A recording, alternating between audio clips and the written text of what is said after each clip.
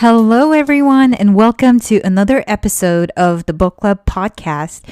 So, today was a very weird day. I woke up and it was really dark outside, and the sky was orange. And the whole day, it just seemed like it was 11 p.m., although it was daytime. So, for those of you who are in California, I hope you're staying safe and healthy. There's a pandemic going on, there are wildfires. There's just so much going on, but the show must go on. So we will continue with our podcast. So today I'm going over a very special book that has been requested by a few listeners. It's called How to Win Friends and Influence People by Dale Carnegie. I'm sure you've read this book a long time ago or always hear people referencing it. Believe it or not, it was first published in 1936. That was almost 100 years ago. I never realized how old this book was because I was first introduced to this book in 2002 when I was a little girl.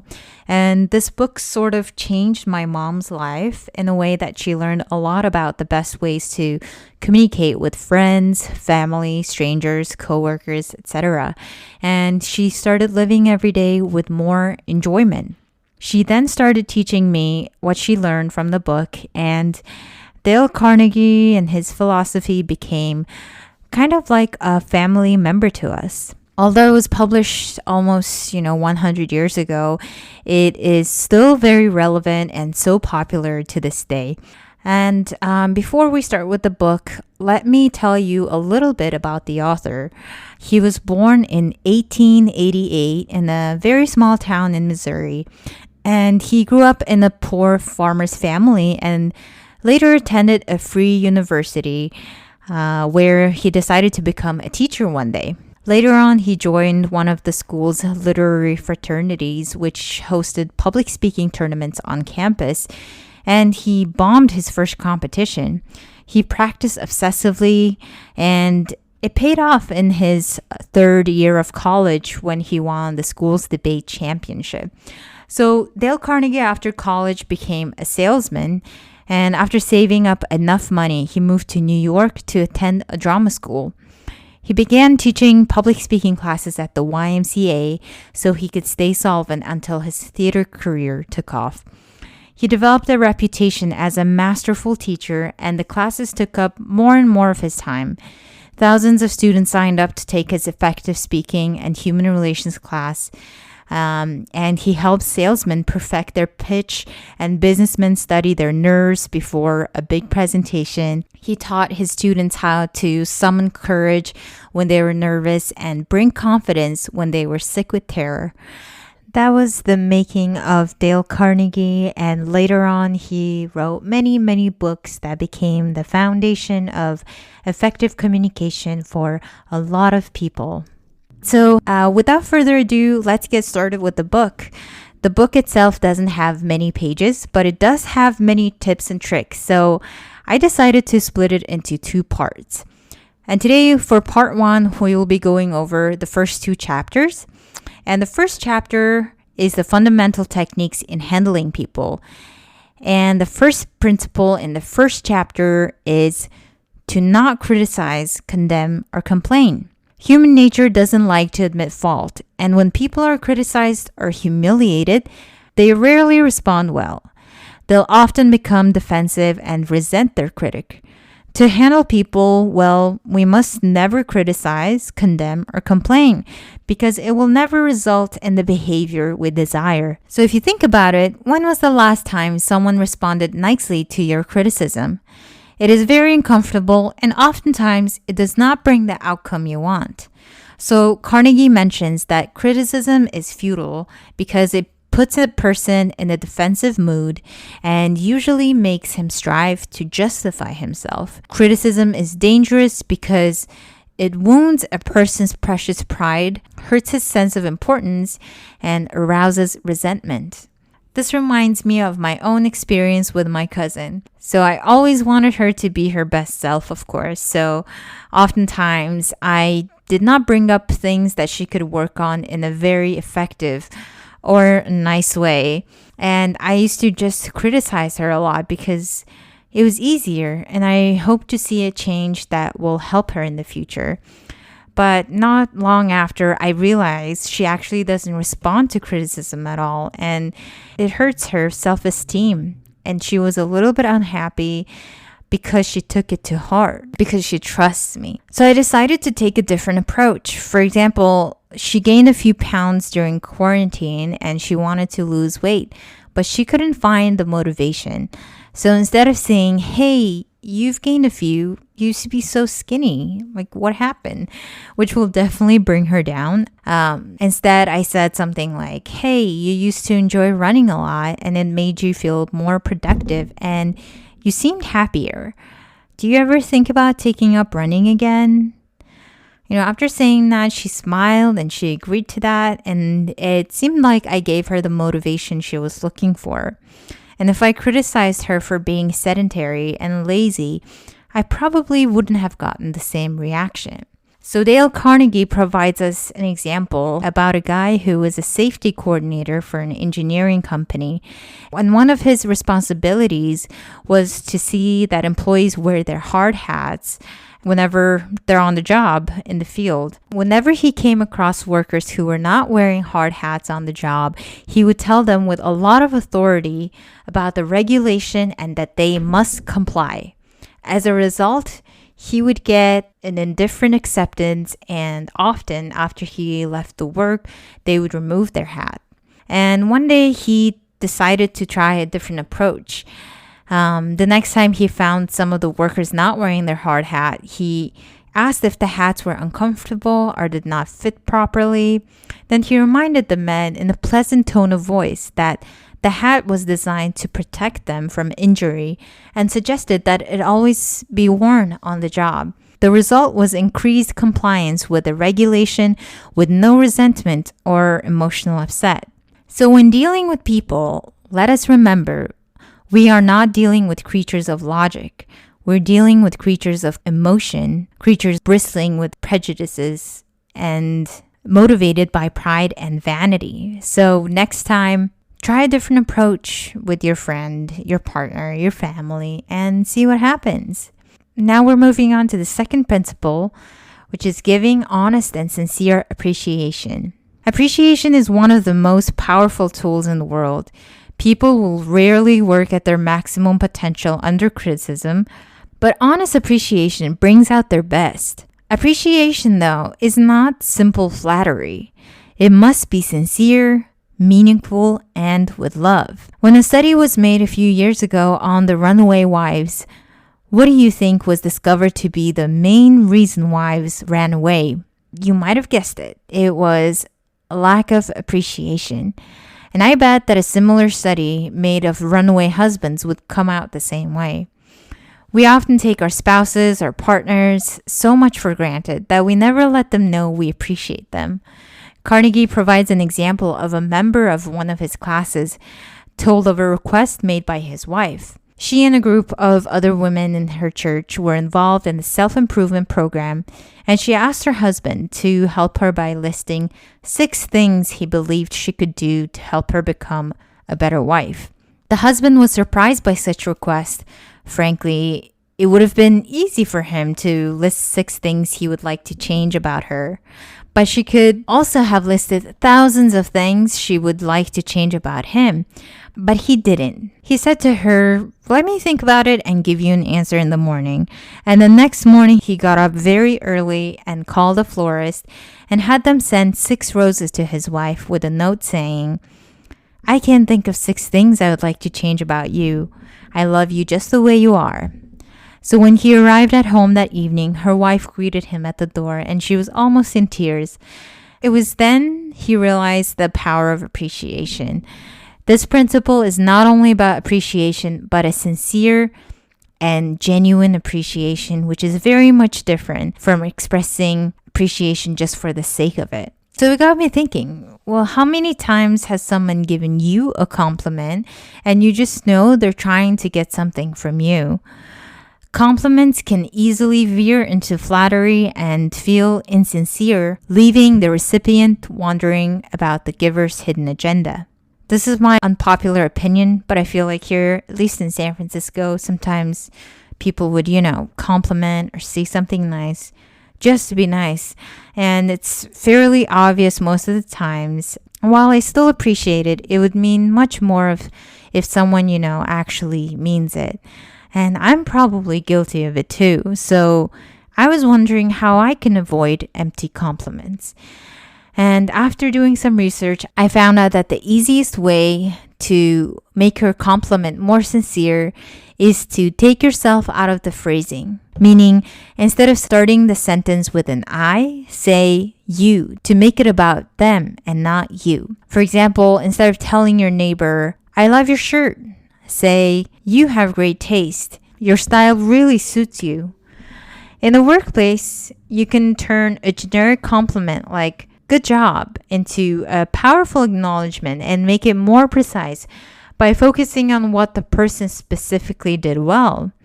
So substitute good job for, you have a talent for managing projects under pressure. Your ability to stay calm helped the team stay focused on finding solutions. I guarantee that the recipient will replicate whatever step they took to earn an acknowledgement like that. In addition, when you're hyper-specific, they'll remember not just what you said, but that you understood and valued them. So moving on to the third and last principle in our first chapter, which is to arouse in the other person an eager want. So to get what we want from another person, we must forget our own perspective and see things from the point of view of others. When we combine our desires with their wants, they become eager to work with us and we can mutually achieve our objectives. If, for example, you don't want your children to smoke, don't preach at them and don't talk about what you want, but show them that cigarettes may keep them from making the basketball team or winning the 100-yard dash, something that they want. So if you want to persuade somebody to do something, before you speak, pause and ask yourself, how can I make this person want to do it? That question will stop us from rushing into a situation heedlessly with few dials chattering about our desires. One of the students in Carnegie's training course was worried about his little boy. The child was underweight and refused to eat properly, and his parents used the usual method of schooling and nagging. Mother wants you to eat this and that. Father wants you to grow up to be a big man, and so on.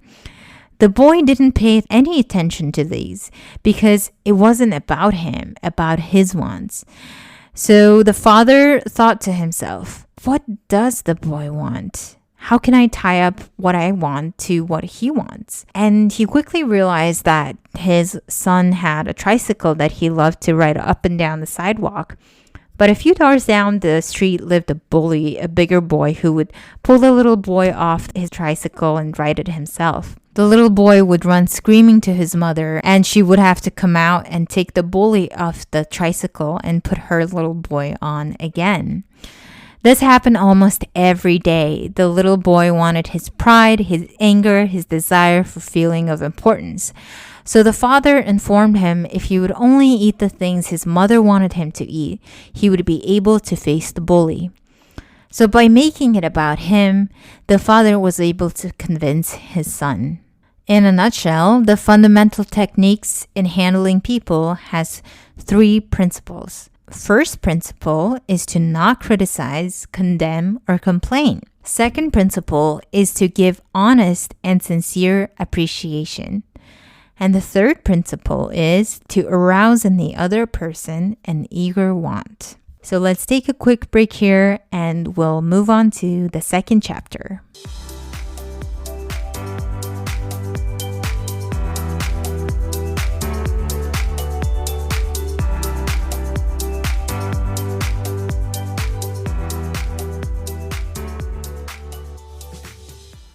Welcome back. So let's move on to the second chapter, which talks about 6 ways to make people like you. The first tip Dale Carnegie recommends is becoming genuinely interested in other people.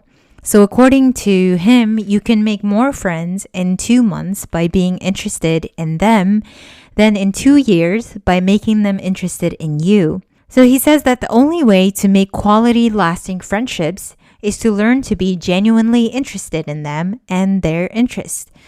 One of the secrets of Theodore Roosevelt's astonishing popularity was that even his servants loved him. His valet James even wrote a book about him entitled Theodore Roosevelt, Hero to His Valet. And in that book, James wrote this illuminating incident of his wife asking the president about a bob white. Okay, I didn't know what a bob white was, so I had to Google it. But for those of you who don't know what a bob white is, bob white is a type of bird. So the valet's wife had never seen one. Therefore, Mr. Roosevelt described it to her fully. And sometime later, the telephone at their cottage rang, and James's wife answered it, and it was Mr. Roosevelt himself. And he said to tell her that there was a bob white outside their window, and that if she would look out, she might see it. They lived in a little cottage on the Roosevelt estate at Oyster Bay, so they had a similar view. And so little things like that were so characteristic of him. Whenever Mr. Roosevelt went by their cottage, even though they were out of sight, they would hear him call out their names as a friendly greeting as he went by. He was able to greet all the old White House servants by name, and he would even ask the kitchen maid if she still made the cornbread and stuff like that. He was very personable, and he made everyone feel important. So let's put ourselves out there to do things for other people, to make them feel special, and things that require time and energy, unselfishness, and thoughtfulness. So the second tip is a simple way to make a good first impression. And that simple way of making a good impression is smiling. Actions speak louder than words, and we all know that smile says, I like you, you make me happy, I'm glad to see you, and that is why dogs make such a hit. They are so glad to see us that they almost jump out of their skins. So naturally, we're glad to see them too. Baby smile has the same effect, and if we don't feel like smiling, Dale Carnegie recommends to force yourself to smile. If you're alone, force yourself to whistle or hum a tune or sing. Act as if you were already happy, and that will tend to make you happy.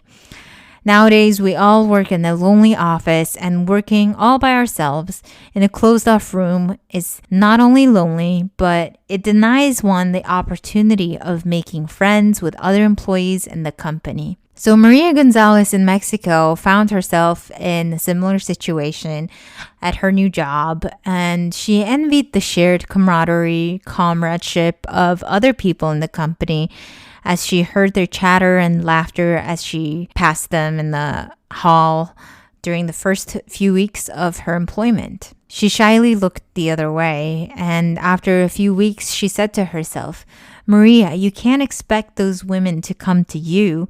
You have to go out and meet them. So the next time she walked to the water cooler, she put on her brightest smile and said, Hi, how are you today? To each of the people she met. And immediate smiles and hellos were returned. The hallway seemed brighter, the job friendlier, acquaintanceships developed, and some ripened into friendships. Her job and her life became more pleasant and interesting.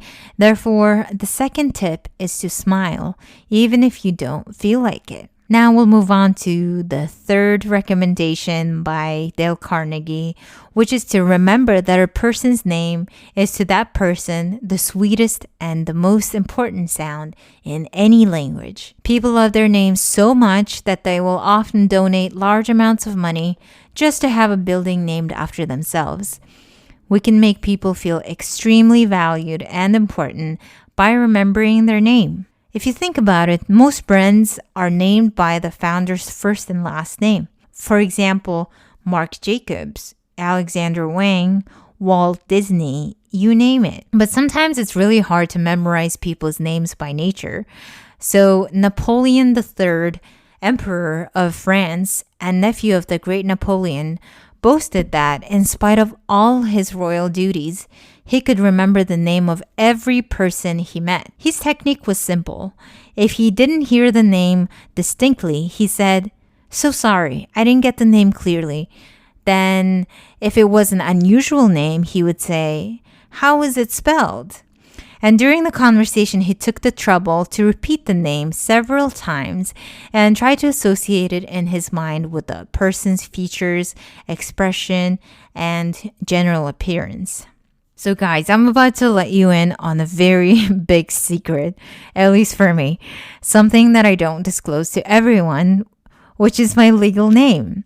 My full name is Serenma, but ever since I was little, my family and friends called me Umka, which is my Instagram name.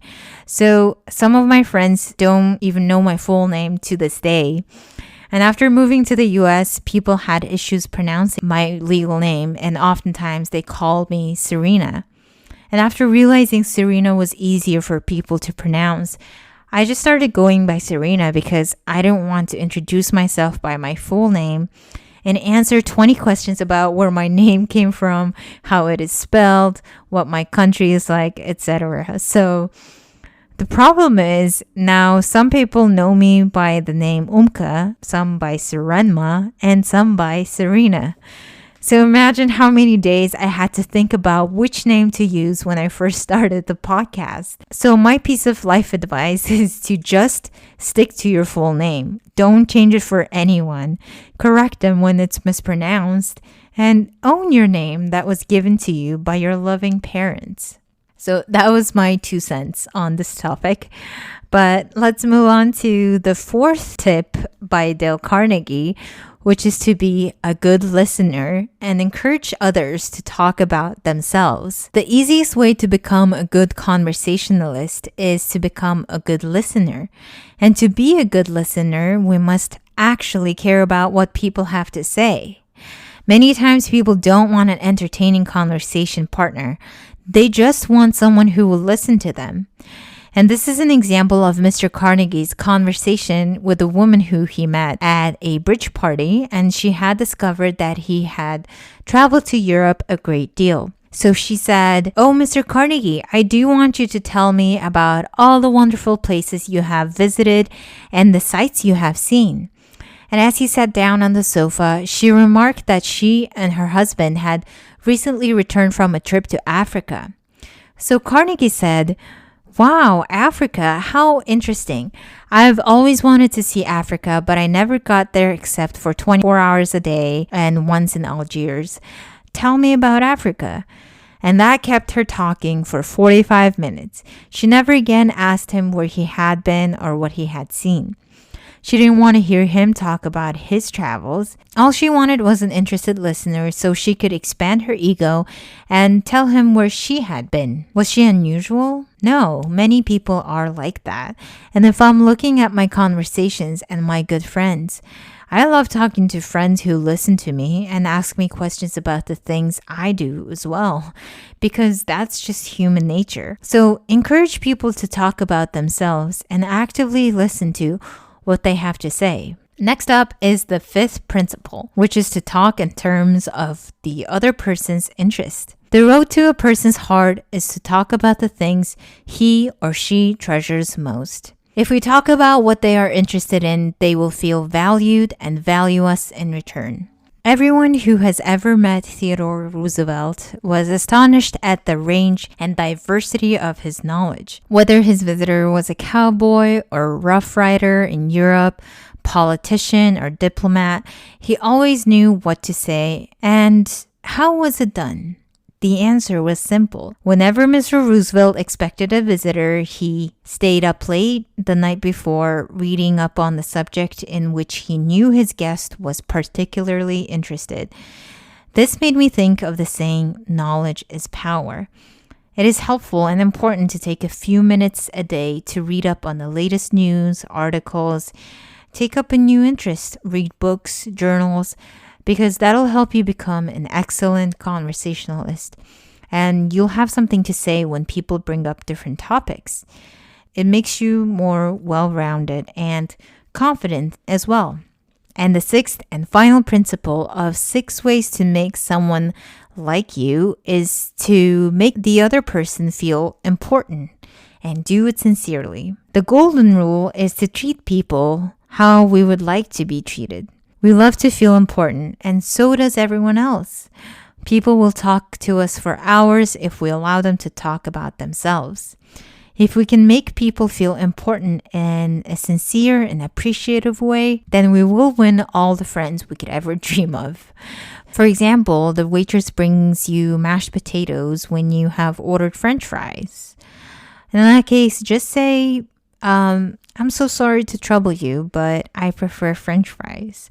And she'll probably reply, no trouble at all, and I'm glad to change the potatoes because you have shown respect for her. So little phrases such as, I'm so sorry to trouble you, would you be so kind as to, would you mind, and thank you. Little courtesies like these oil the cogs of the monotonous grind of everyday life. And Dale Carnegie gives an example of one of his students after he attended a talk on how to win friends and influence people. He was landscaping the estate of a famous attorney, and the owner came out to give him a few instructions about where he wished to plant massive azaleas. So the guy said, Judge, you have a lovely hobby. I've been admiring your beautiful dogs. I understand you win a lot of blue ribbons every year at the show in Madison Square Garden. The effect of this little expression of appreciation was striking. And the judge spent almost an hour showing him his dogs and the prizes they had won.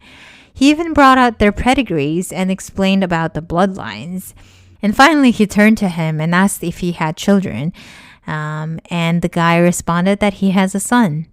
And the attorney gifted his son a puppy worth several $100s in 1 hour and 15 minutes of his valuable time, largely because he had expressed his honest admiration for his hobby and achievement. A similar thing happened to me when I was in Lake Tahoe a month ago. We stayed in an Airbnb, and it was a beautiful house owned by a dog trainer. She was a very sweet old lady who had just started a raw dog food business. I truly admired her starting a business at that age, and even, us youngsters starting a business is a lot of work and it's really hard. And so I asked her a few questions about how she got into it, what inspired her, etc. And we ended up talking for hours. And by the time we left, she gave us a bunch of dog food for our dog, Nage, which was probably worth hundreds of dollars, just because I showed interest in her life and her business. So be curious and ask people about the things they are interested in and that they value in life. And be genuine and don't be shy to give compliments or say something nice. But do it sincerely, and it will make someone's day. It will make them more inspired and live life to the fullest. So I hope today's episode gave you some tricks and tips for effectively communicating with people, making your and other people's day more enjoyable. And I hope it made you inspired to be the warm and friendly person people enjoy talking to. And the best part is we're not done with this awesome book yet. More tips and tricks are coming your way in the next episode. So stay tuned and have a great weekend. Bye.